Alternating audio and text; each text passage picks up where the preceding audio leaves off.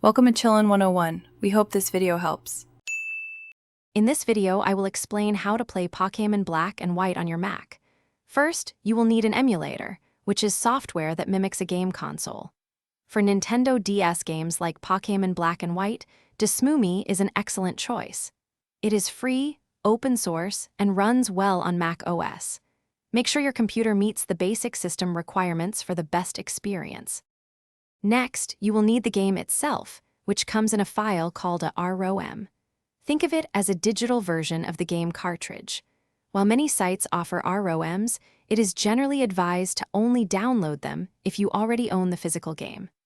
A quick online search for Pokémon Black and White ROM will help you locate the necessary file. Once you have both the emulator and the game ROM, it is time for setup. Download the Desmumi application for Mac OS from its official website. After downloading, simply drag the application into your Applications folder to install it. Then, launch Desmumi, navigate to the File menu, select Open ROM, and choose your Pokémon Black or White game file. Now you are ready to play. Before diving in, take a moment to configure your controls.